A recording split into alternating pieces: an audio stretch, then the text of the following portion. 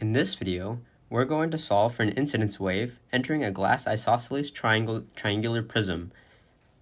We're assuming that the ER, or the relative permittivity, is 2.25 for the glass. And we're also assuming that the 45-degree bounces have total reflection. We're given the incidence wave, which is E is equal to y hat 2 sine 10 to the 9t minus kx volts per meter. We're also assuming that the area around the prism has a refractive index of 1. The question is asking us, what is K and what is the H field?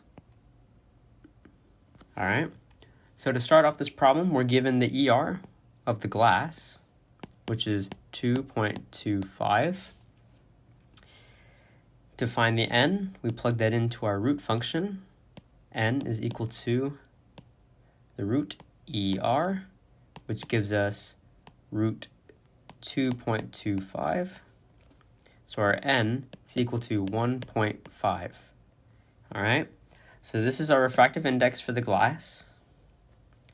Now we want to identify our gamma and tau, which would be our reflection coefficient and our transmission coefficient for the incidence wave that is bouncing through this glass prism. So we can identify this incidence wave going into the prism as gamma 1, and our transmission coefficient tau 1 will be the transmission coefficient for when it first enters the glass. For the bottom part, from here to here, we have gamma 2 and tau 2. This will tell us the amount of power that is going through the prism at each stage. All right, so once we've identified where the wave is transmitting into and out of the prism, we can do some math. So what we would do first is find gamma 1. And the equation for gamma 1 would be N1 minus N2 over N1 plus N2. These are the refractive indexes. We have the refractive index of the glass, which we can denote as N2 here. So we have 1 minus 1.5 over 1 plus 1.5. And that equals negative 1 over 5, which gives us negative 0.2. All right, now we want to find tau 1, or our transmission coefficient 1. We'll have that equal to 1 plus gamma. And this intuitively makes sense because the law of conservation of energy would state that the incidence wave, right, has to equal the transmitted plus the reflected wave. So that's how we find gamma 1 here. So it's like saying incidence is equal to transmitted plus reflected. And that's just due to the conservation of energy. All right. Now, we want to be able to find gamma 2 and tau 2. So we'll do gamma 2 is equal to N2 minus N1, and then N2 plus N1. And we can see that relation here where the wave is going in at the beginning. It's going in, going from gamma 1 to tau 1, and then reflecting perfectly at a 45-degree angle, and then going from gamma 2 to tau 2. All right? And that's why it's N2 minus N1. It's because we're going from the glass to the air. Okay? So if we calculate this out, we get 1.5 minus 1 over 1.5 plus 1, which gives us a value of 0.2. And that same concept that we did for tau 1, we can do for tau 2. So we get 1 plus gamma 2, which is equal to 1.2.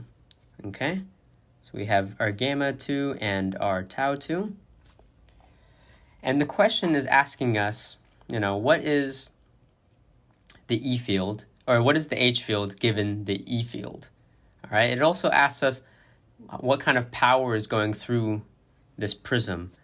So if I want to just clear up some space here. All right. Our power equation, our standard, would be PR, power reflected, over PI. This, since the reflected wave and incidence wave are in the same medium with the same wave impedance, the power ratio can simply be written as this. We can say that the E field reflected over the E field incidence, the absolute value of that squared, can be the same as gamma squared. All right?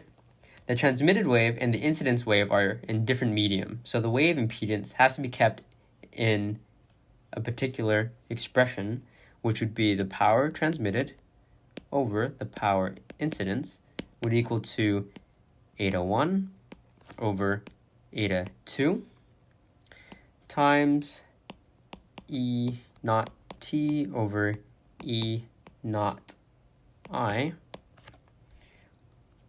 And that simplifies out to eta 1 over eta 2, absolute value of tau squared.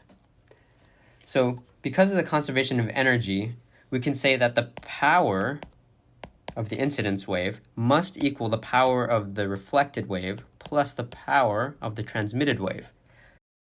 Due to the conservation of energy, we can say that power incidence is equal to power reflected plus power transmitted. So what does this mean to us? Well, we can say that 1 is equal to the power reflected over the power incidence plus power transmitted over power incidence. We know that PR over PI is equal to gamma, like we wrote earlier. So what we end up getting is we get gamma squared plus PT over PI. And we can move our gamma to the other side of the equation. So we end up getting PT over PI is equal to 1 minus gamma squared. So this is the power equation that we're going to use, and we're using this because the transmitted wave and the incidence wave are in different mediums. So that's how we can find this expression. All right? So we're doing 1 minus gamma squared, which is basically just saying that the power ratio between the reflected and incidence will be minus 1. And that will give us the power that's being transmitted. All right? So we can simplify that to be P is equal to 1 minus gamma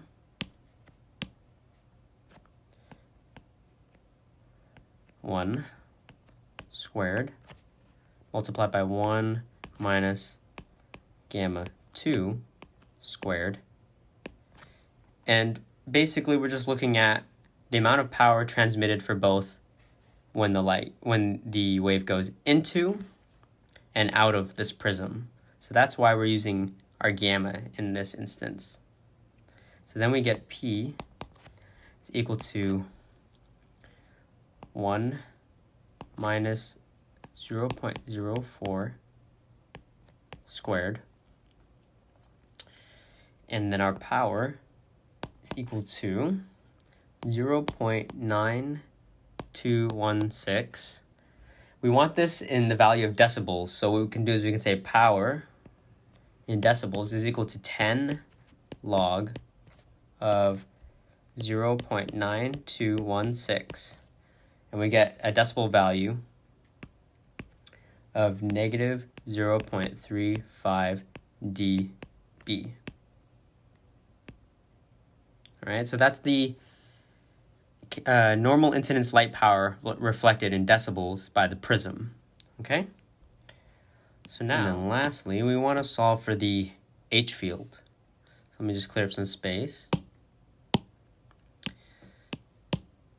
Okay. So what we have, let me rewrite our tau and gamma here so we don't get confused. So we have our E field, which is y hat 2 sine 10 to the 9t minus kx. We want to find k. So k is equal to our omega over the speed of light, 3 times 10 to the 8. So we get 10 to the 9 over 3 times 10 to the 8, which gives us a value of 3.33. So we can plug that value directly into our incidence wave. But what we want to find is the E field coming out of the prism. So we can write the vector E field out is equal to y hat. Our E out, or E transmitted, much like E reflected, will have the same direction as our E incidence.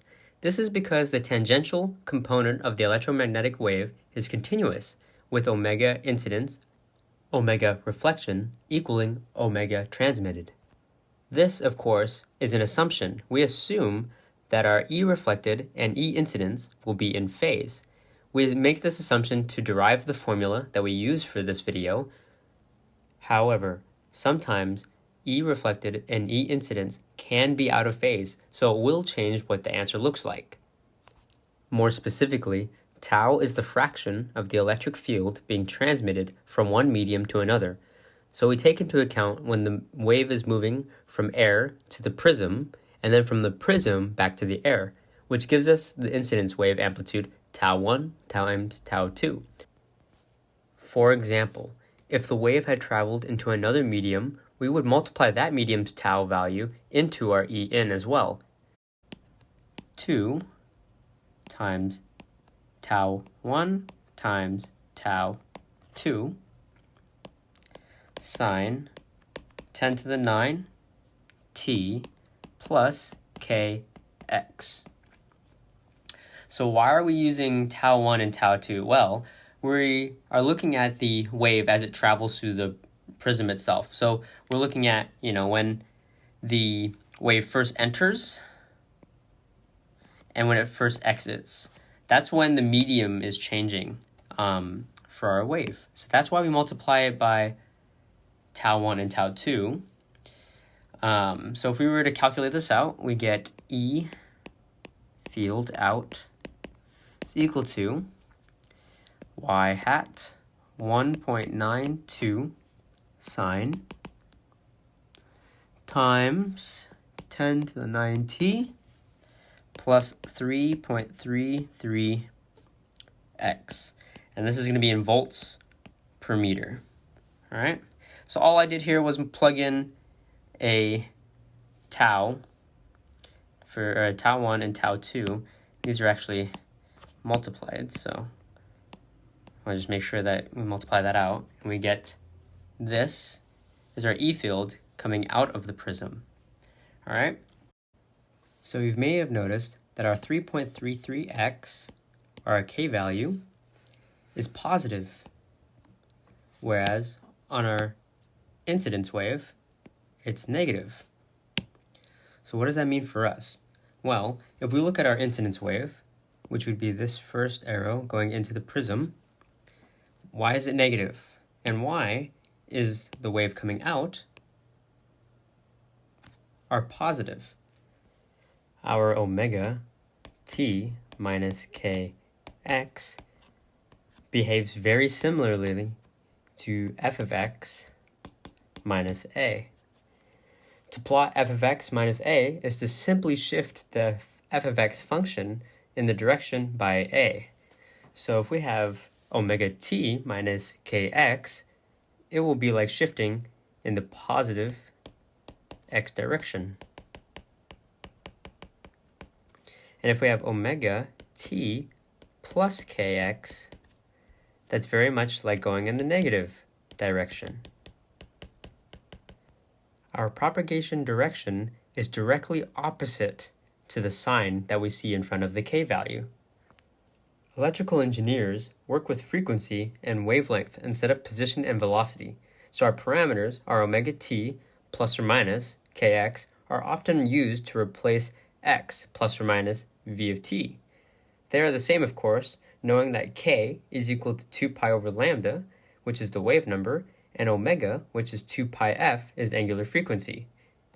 To think about this intuitively, on a graph, I have f of x minus 0 squared, which gives us a parabola at the origin, and by doing minus 1, we are shifting our parabola 1 unit to the right, so on and so forth.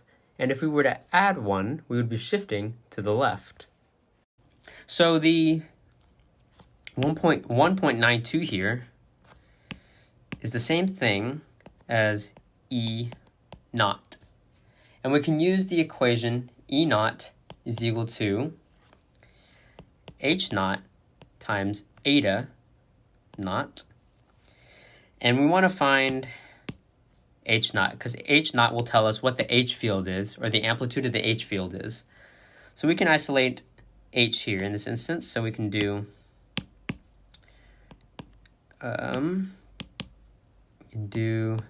H naught is equal to E naught over eta naught.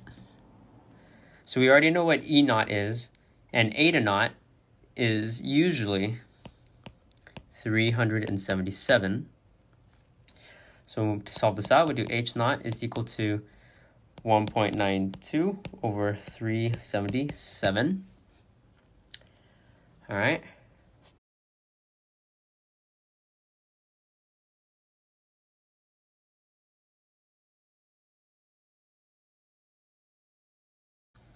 In the x direction, as denoted by our equation up here.